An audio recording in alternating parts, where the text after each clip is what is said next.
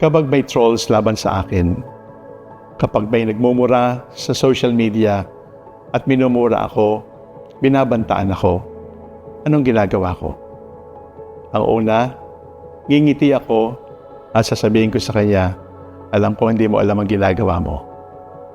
Pangalawa, sasabihin ko sa kanya, kung alam mo man ang ginagawa mo, magkita-kita tayo sa Last Judgment. Alam ni Jesus ang ginagawa mo. At walang kakwenta-kwenta na gawing hanap buhay ang pagsisinungaling, ang pangninira, ang fake news. Ubus-ubos biyaya, maya-maya nakatunganga. Darating ang panahon, yung perang hawak mo, mawawala sa iyo, sapagkat ang perang hawak mo ay hindi hanap buhay, kundi hanap patay. Ikamamatay mo ang pagsisinungaling. Stop it.